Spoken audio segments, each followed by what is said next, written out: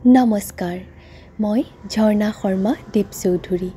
আজি আপোনালোকৰ সন্মুখত পাঠ কৰিবলৈ লৈছোঁ প্ৰসিদ্ধ লেখক সন্তোষ কুমাৰ কৰ্মকাৰৰ এখনি জনপ্ৰিয় উপন্যাস চিলিকন ভেলীত এখোজৰ ৩৩ খণ্ড। এপাৰ্টমেণ্টৰ গ্ৰাউণ্ড ফ্ল'ৰত থকা ৰেষ্টুৰেণ্টত সোমাই চেণ্ডউইচ আৰু চাহ খাই খন্তেক কথা বতৰা হ'ল।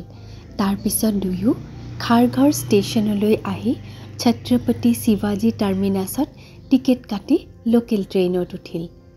মুম্বাইৰ লোকেল ৰেল নেটৱৰ্কৰ তিনিটা প্ৰধান লাইন, ৱেষ্টাৰ্ণ, চেণ্ট্ৰেল আৰু হাৰ্বাৰ। গায়ত্ৰী সন্দীপ এতিয়া হাৰ্বাৰ লাইনেৰে গৈ আছে। নিৰ্দিষ্ট সময়ৰ একেবাৰে মিনিটৰ লগত মিলাই চলা এই লোকেল ট্ৰেইনবোৰ মুম্বাইৰ সৰ্বসাধাৰণ মানুহৰ বাবে জীৱন ৰেখা বুলিব পাৰি। খাৰঘৰৰ পৰা উঠাৰ বাবে ট্ৰেইনত ইমান ভিৰ নাই। তাৰ বাবেই দুয়ো ওচৰা ওচৰিকৈ বহিবলৈ পালে।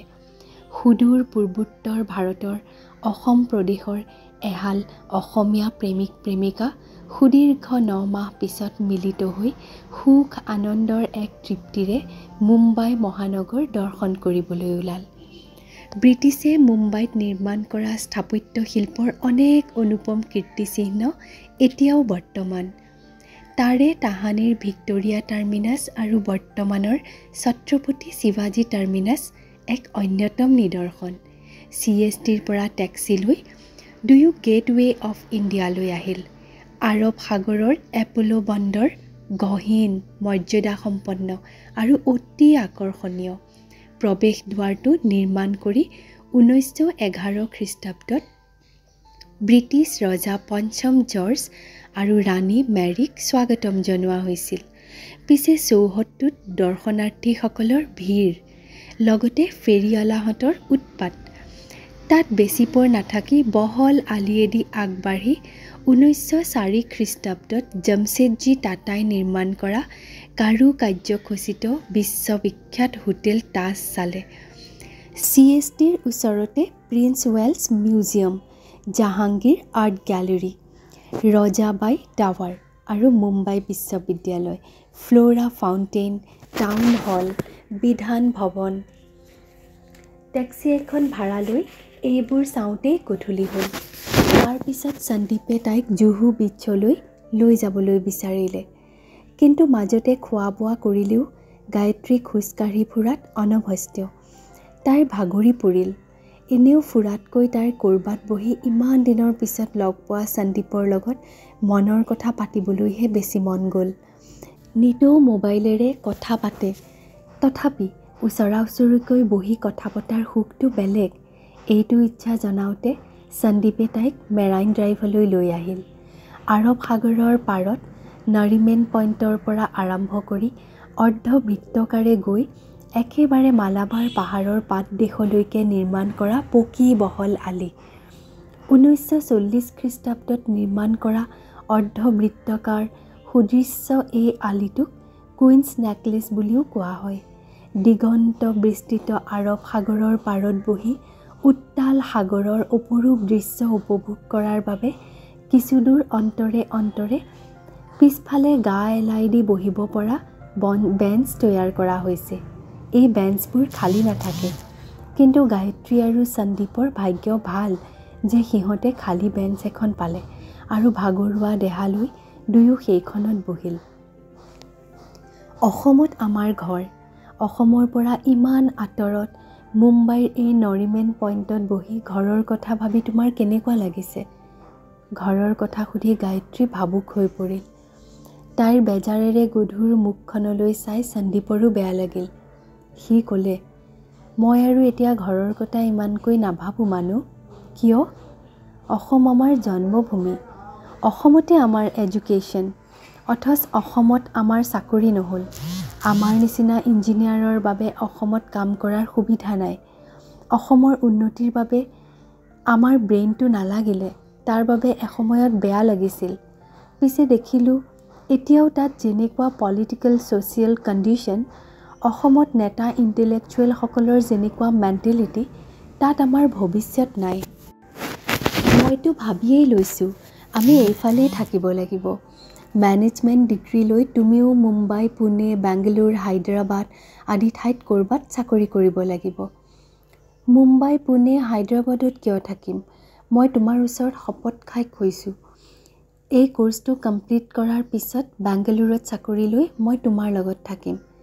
কিন্তু দেউতাৰাই যে অসমলৈ উভতি যাবলৈ কৈ তোমাক গুৱাহাটীৰ পৰা বিদায় দিছিল। গায়ত্ৰীৰ মুখখন কৰুণ হৈ পৰিল। তাই সন্দীপৰ বাওঁ কাষত বহিছে।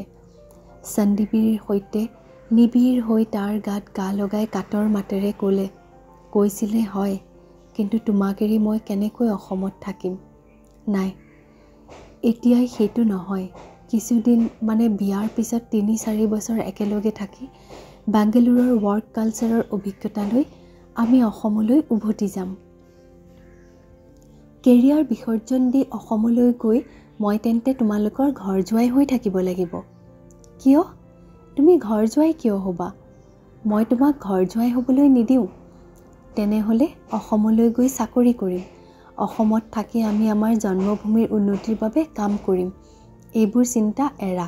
এইবোৰ চিন্তা এৰি সময়ৰ লগত মানে যুগৰ লগত নিজকে এডজাষ্ট কৰিবলৈ চেষ্টা কৰা। আৰু শুনা, MBA ডিগ্ৰী লোৱাৰ পিছতো যদি দেউতাৰাৰ এইবোৰ আঞ্চলিকতাবাদী ভাৱধাৰাৰে গাইডেড হোৱা, তেনেহ'লে তুমি মোক এৰিব লাগিব। তোমাক এৰিব লাগিব? গায়ত্ৰীয়ে আঁতৰনাদ কৰি উঠিল। তুমি মোক ইমান টান কথা এষাৰ ক'ব পাৰিলা? এইটো আকৌ কি টান কথা? এৰাৰ কথা কৈ তুমি মোক আল্টিমেটাম দিলা। তাৰমানে মোতকৈ বেংগালুৰুত থকাটো তোমাৰ বাবে বেছি গুৰুত্বপূৰ্ণ। ইফালে অসমত জন্ম লৈ অসম আৰু অসমীয়া মানুহৰ প্ৰতি তোমাৰ কোনো দায়িত্ব নাই? নাই, সঁচাকৈয়ে নাই। আৰু সঁচাকৈয়ে যদি এইটো জীৱনত কিবা এটা কৰিবলৈ বিচাৰা, হোম চিকনেছৰ পৰা গ্ৰ' কৰা, এই ফিলিংছবোৰ অভাৰকাম কৰিব লাগিব। ইতিমধ্যে চৌদিশে গধূলিৰ ছাঁ পৰিছে। পশ্চিমৰ সাগৰৰ ওপৰত পাতল কুঁৱলী ভাহি ফুৰিছে। সেইপিনে খন্তেক চাই থাকি সন্দীপে হুমুনিয়াহ এটা কাঢ়িলে। তাৰপিছত প্ৰসংগ সলাই ক'লে, বাৰু, সিদিনা পুৱা মানে প্ৰজেক্ট লৈ উৰিয়েটো নিশা অফিচত ব্যস্ত থকাৰ পিছদিনা পুৱা মই ফোন কৰোঁতেই যে তুমি ইমানকৈ কান্দিলা, আচলতে তোমাৰ হৈছিল কি কোৱাচোন?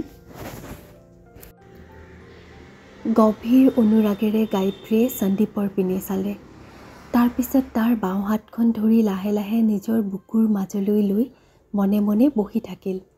কি হ'ল? মনে মনে আছা? গায়ত্ৰীৰ অন্তৰখন কঁপি উঠিল। কিয় তেনেকৈ কান্দিলোঁ ক'ব নোৱাৰিম। লাহে লাহে গায়ত্ৰীয়ে ক'লে, তথাপি এইখিনি ক'ব পাৰোঁ যে তাৰ আগদিনা আমাৰ কলেজৰ 3rd ট্ৰাইমেষ্টাৰৰ ৰিতেশ ডিচুজা নামৰ ল'ৰা এটাই মোক কলেজৰ কেম্পাছৰ পৰা বাহিৰৰ ৰেষ্টুৰেণ্টলৈ মাতি নি বেয়া ইণ্টেনশ্যন লৈ প্ৰপ'জেল এটা দিছিল। সেইটোনো কি ডাঙৰ কথা? কি ক'লা? সেইটো ডাঙৰ কথা নহয়। কলেজ এখনত নতুনকৈ এডমিশ্যন লৈছা। দেখাত তুমি ধুনীয়া, কথা বতৰাত সুশীলা। তদুপৰি তোমাৰ মুখখনত নেইভনেছ এটা আছে। ইয়াত তোমাৰ লগত কোনো বয়ফ্ৰেণ্ড নেদেখে, গতিকে কোনোবা ডেকাই তোমাক তেনেকুৱা প্ৰপ'জেল দিব পাৰে। সেইবোৰ তুমি মেনেজ কৰি চলিব লাগিব। মেনেজ কৰি চলিম?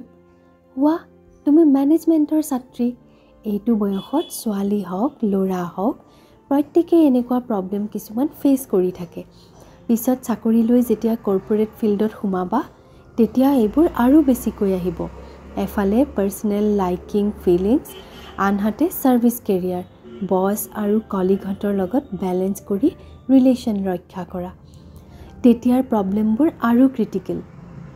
ইণ্টেলিজেণ্টলি মেনেজ কৰিব নোৱাৰিলে কৰ্পৰেট ফিল্ডত টিকিব নোৱাৰিবা। তুমিও তেন্তে এনেকুৱা প্ৰব্লেম ফেচ কৰিব লগা হয়। ছোৱালীহঁতে তোমাকো মোহজালত পেলাবলৈ চেষ্টা কৰে, নিশ্চয় কৰে। সিহঁতৰ লগত ময়ো প্ৰেমৰ খেল খেলিবলৈ লওঁ। তাৰপিছত এটা লেভেললৈ আগবাঢ়োঁ। তাৰপাছত আৰু নোৱাৰোঁ। কিয়? কাৰণ তুমি। তেতিয়া সন্মুখত তুমি দেখা দিয়া। তোমাৰ মৰমটো ওখ প্ৰাচীৰ হৈ থিয় দিয়ে। নিমিষতে গায়ত্ৰী বেলেগ হৈ পৰিল। আৱেগিক এক উন্মাদনাৰে তাইৰ দেহা মন শিহৰিত হৈ পৰিল। ইতিমধ্যে নিশাৰ আন্ধাৰ নামি আহিছে। আন্ধাৰ নামি অহাৰ আগৰে পৰা শাৰীবদ্ধ ওখ লেম্প পোষ্টৰ বিজুলী চাকিবোৰ জ্বলি উঠিছে। কিন্তু সিহঁত বহা বেঞ্চখন দুটা পোষ্টৰ মাজত বুলি পোহৰ অলপ কম। আৱেগিক উন্মাদনাত ক'ব নোৱাৰা হৈ দুই হাতেৰে সন্দীপক আঁকুলি লৈ গভীৰ অনুৰাগেৰে গায়ত্ৰীয়ে তাৰ ওঠত চুমা খালে। সন্দীপ প্ৰথমতে কিছু পৰিমাণে অপ্ৰস্তুত হৈ আছিল, কিন্তু পূৰ্ণ যৌৱনা প্ৰাণ পেয়সীৰ উষ্ম পৰশত তাৰ শৰীৰতো অস্থিৰ তাৰণা সঞ্চাৰিত হ'ল। সিও তাইৰ ওঠ, গাল আৰু ডিঙিত চুমা খাবলৈ ধৰিলে। এইদৰে প্ৰেম নিবেদন শেষ নহয়েই নহয়। শেষত পিছফালেদি যোৱা মানুহৰ জোতাৰ শব্দত হুঁচ উভতাই পাই সিহঁত আলিংগনৰ পৰা বিচ্যুত হ'ল। কিন্তু দুয়োৰে চকুৱে মুখে অতৃপ্তিৰ অস্থিৰ যন্ত্ৰণা। অস্থিৰ তাৰণাৰে কাতৰ সন্দীপৰ যন্ত্ৰণাটো গায়ত্ৰীতকৈ বেছি। ব'লা, আজি নিশাটো আমি হোটেলত থাকোঁগৈ। সন্দীপৰ প্ৰস্তাৱটো শুনি গায়ত্ৰী কঁপি উঠিল। হোটেল? বিয়াৰ আগতেই আমি দুয়ো হোটেলত থাকিম? অসুবিধাটো কি? এইদৰে আমাৰ কষ্ট হৈছে। এই কষ্টক চেক কৰাৰ বাবে অতৃপ্তিৰ যন্ত্ৰণা অসহনীয় হৈ উঠিছে। সেয়েহে হোটেলত নিশা কটালে আমি ফ্ৰেছ হ'ব পাৰিম। তাৰপিছত সুখ তৃপ্তিৰ আমেজ লৈ তুমি পঢ়াত লাগিবা। ময়ো নতুন এক উদ্যম লৈ বেংগালোৰলৈ গৈ চাকৰি কৰিব পাৰিম। তাৰ বাবে মই তোমাৰ সহযোগিতা বিচাৰিছোঁ।